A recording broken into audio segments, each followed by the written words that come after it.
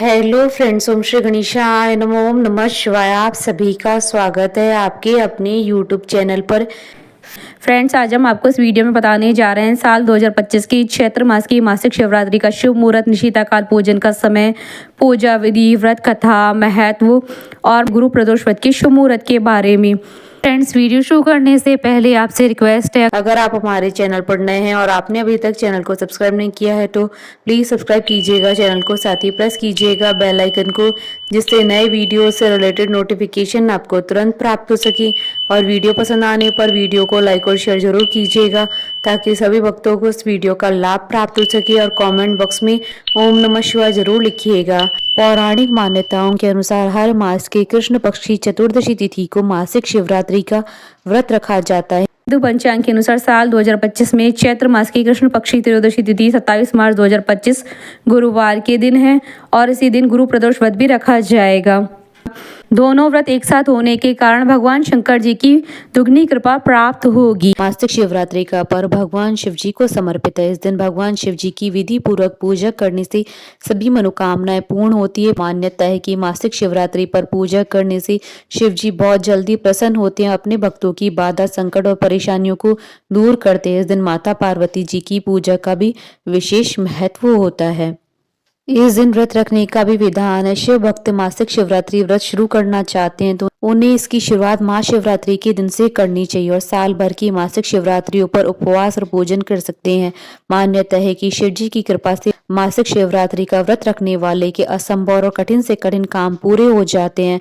मान्यता है कि शिवरात्रि की रात श्रद्धालुओं को जागरण करना चाहिए और आधी रात के वक्त शिव जी की पूजा करनी चाहिए। अविवाहित युवतियां विवाह के लिए मासिक शिवरात्रि का व्रत रखती हैं, जबकि विवाहित शादीशुदा जीवन में शांति बनाए रखने के लिए व्रत रखती हैं। फ्रेंड्स, अब आइए जानते हैं गुरु प्रदोष व्रत और मासिक शिवरात्रि के शुभ मुहूर्त के बारे में। हिंदू पंचांग के अनुसार साल 2025 में चैत्र मास की कृष्ण पक्ष की त्रयोदशी तिथि 27 मार्च 2025 गुरुवार के दिन है। चैत्र कृष्ण त्रयोदशी तिथि प्रारंभ होगी 26 मार्च की रात्रि यानी 27 मार्च की सुबह 1:42 पर और चैत्र कृष्ण त्रयोदशी तिथि का समापन होगा 27 मार्च 2025 को रात्रि 11:03 पर। प्रदोष कल पूजन का समय रहेगा 27 मार्च 2025 को शाम 6:36 से शाम 8:56 तक। कुल अवधि 2 घंटे 20 मिनट है और चैत्र कृष्ण चतुर्दशी तिथि प्रारंभ होगी 27 मार्च 2025 को रात्रि 11:03 से 28 मार्च 2025 को शाम 7:55 तक।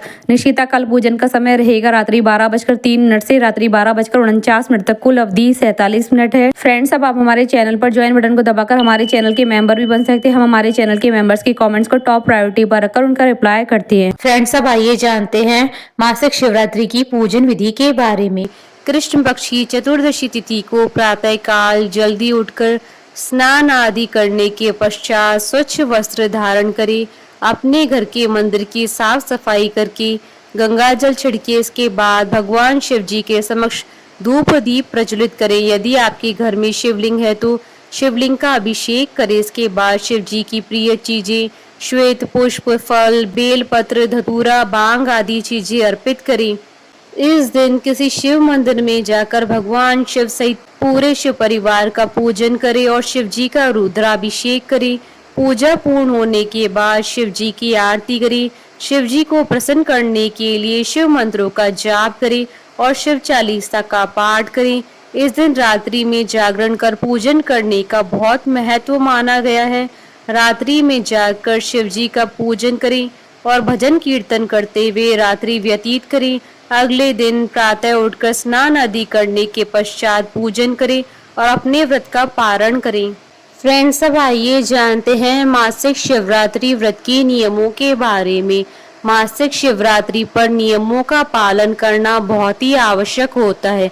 इस दिन अपनी इंद्रियों पर नियंत्रण रखें और ब्रह्मचर्य का पालन करें। इस दिन क्रोध न करें, केवल शांत मन से पूजन करें और किसी के लिए अपशब्द न कहें। इस दिन भूलकर भी किसी तामसिक चीज या फिर मांस मदिरा का सेवन न करें। भगवान शिव पशुपति नाथ कहलाते हैं। इस दिन भूलकर भी किसी पशु पक्षी और बेजुबान जानवर को न सताएं। फ्रेंड्स, अब आइए जानते हैं मासिक शिवरात्रि के दिन किए जाने वाले उपायों के बारे में। बिजनेस में सफलता के लिए मासिक शिवरात्रि के दिन शिव चालीसा का पाठ करना चाहिए। शिव चालीसा का पाठ करने के लिए भगवान शिव जी के आगे देसी घी का दीपक जलाएं और वहीं भगवान की तस्वीर के आगे बैठकर शिव चालीसा का पाठ करें। जीवन में तरक्की के लिए मासिक शिवरात्रि के दिन गाय के बछड़े को या बैल को अपने हाथों से हरा चारा खिलाएं। इस दिन शिवलिंग का अभिषेक करने से जीवन की सभी समस्याओं का अंत होता है और साथ ही भगवान शिव जी का आशीर्वाद प्राप्त होता है। यदि आप शनि दोष से पीड़ित हैं या फिर आपको शनि की ढैया या साढ़े साती के बुरे फल प्राप्त हो रहे हैं तो इस दिन भगवान शिव जी को काले तिल मिलाकर जल अर्पित करना चाहिए। साथ ही ओम नमः शिवाय मंत्र का जाप करना चाहिए।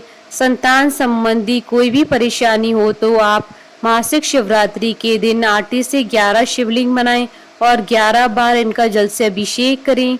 यह उपाय करने से आपकी सभी संतान संबंधी परेशानियां समाप्त हो जाएंगी। सुखी वैवाहिक जीवन के लिए भोलेनाथ पर गुलाब की पंखुड़ियां अर्पित करें। अगर विवाह में कोई अड़चन आ रही है तो शिवलिंग पर बेल पत्र चढ़ाते वक्त नमः शिवाय मंत्र का जाप करें। संतान प्राप्ति के लिए शिवलिंग पर घी अर्पित करें।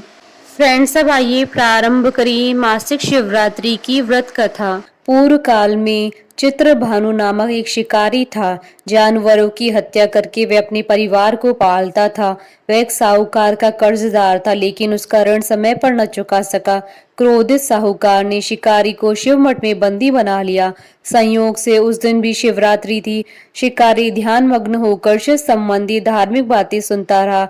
चतुर्दशी को उसने शिवरात्रि व्रत की कथा भी सुनी। शाम होते ही साहूकार ने उसे अपने पास बुलाया और ऋण चुकाने के विषय में बात की। शिकारी अगले दिन सारा ऋण लौटा देने का वचन देकर बंधन से छूट गया।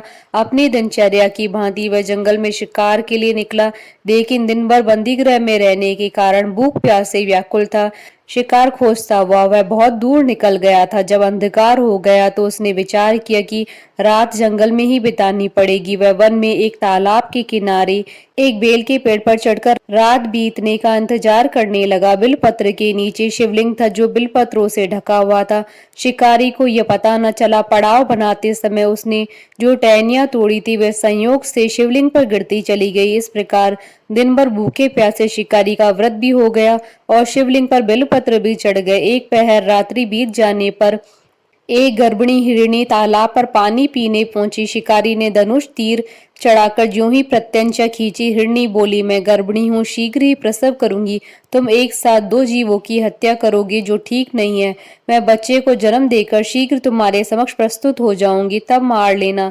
शिकारी ने प्रत्यंचा ढीली कर दी और हिरणी जंगली झाड़ियों में लुप्त हो गई। प्रत्यंचा चढ़ाने तथा ढीली करते वक्त कुछ बिलपत्र अनायास ही टूटकर शिवलिंग पर गिर गए। इस प्रकार उससे अनजाने में ही प्रथम पैर का पूजन भी संपन्न हो गया। कुछ देर बाद जब एक और हिरणी उधर से निकली, शिकारी की प्रसन्नता का ठिकाना न रहा। समीप आने पर उसने धनुष पर बाण चढ़ाया।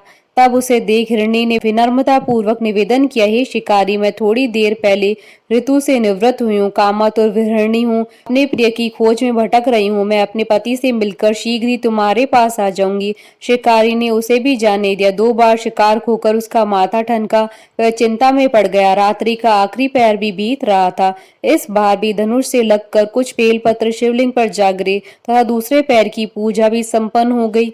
तभी एक अन्य हिरणी अपने बच्चों के साथ उधर से निकली। शिकारी के लिए यह स्वर्णिम अवसर था। उसने धनुष पर तीर चढ़ाने में देर न लगाई। वह तीर छोड़ने ही वाला था कि हिरणी बोली, हे शिकारी, मैं इन बच्चों को इनके पिता के हवाले करके लौट आऊंगी। इस समय मुझे मत मारो। शिकारी हंसा और बोला, सामने आए शिकार को छोड़ दूं? मैं ऐसा मूर्ख नहीं हूं। इससे पहले मैं 2 बार अपना शिकार खो चुका हूं। मेरे बच्चे भूख प्यास से व्यग्र हो रहे हैं। उत्तर में हिरणी ने फिर कहा, जैसे तुम्हें अपने बच्चों की ममता सता रही है, ठीक वैसे मुझे भी है। हे शिकारी, मेरा विश्वास करो, मैं इन्हें इनके पिता के पास छोड़कर तुरंत लौटने की प्रतिज्ञा करती हूँ। हिरणी का दुख भरा स्वर सुनकर शिकारी को उस पर दया आ गई। उसने उस मृगी को भी जाने दिया।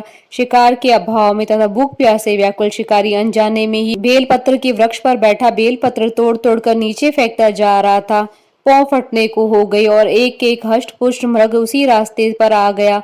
शिकारी ने सोच लिया कि इसका ही शिकार वह अवश्य करेगा। शिकारी की 3 प्रत्यंचा देख मृग विनीत स्वर में बोला, हे शिकारी, यदि तुमने मुझसे पूर्व आने वाली 3 मृगियों तथा छोटे छोटे बच्चों को मार डाला है तो मुझे भी मारने में विलंब न करो, ताकि मुझे उनके वियोग में एक क्षण भी दुख न सहना पड़े। मैं उन हिरनियों का पति हूँ, यदि तुमने उन्हें जीवन दान दिया है तो मुझे भी कुछ क्षण का जीवन देने की कृपा करो। मैं उनसे मिलकर तुम्हारे समक्ष उपस्थित हो जाऊंगा। मृग की बात सुनते ही शिकारी के सामने पूरी रात का घटनाक्रम घूम गया। उसने सारी कथा मृग को सुना दी। तब मृग ने कहा, मेरी तीनों पत्नियां जिस प्रकार प्रतिज्ञाबद्ध होकर गई हैं, मेरी मृत्यु से अपने धर्म का पालन नहीं कर पाएंगी। अतः जैसे तुमने उन्हें विश्वास पात्र मानकर छोड़ा, वैसे ही मुझे भी जाने दो। मैं उन सबके साथ तुम्हारे सामने शीघ्र उपस्थित होता हूँ। शिकारी ने उसे जाने दिया। इस प्रकार सुबह हो गई। उपवास, रात्रि जागरण तथा शिवलिंग पर बेलपत्र चढ़ाने से अनजाने में ही शिवरात्रि की पूजा पूर्ण हो गई। पर अनजाने में ही की हुई पूजन का परिणाम उसे तत्काल मिला। शिकारी का हिंसक हृदय निर्मल हो गया, उसमें भगवत शक्ति का वास हो गया।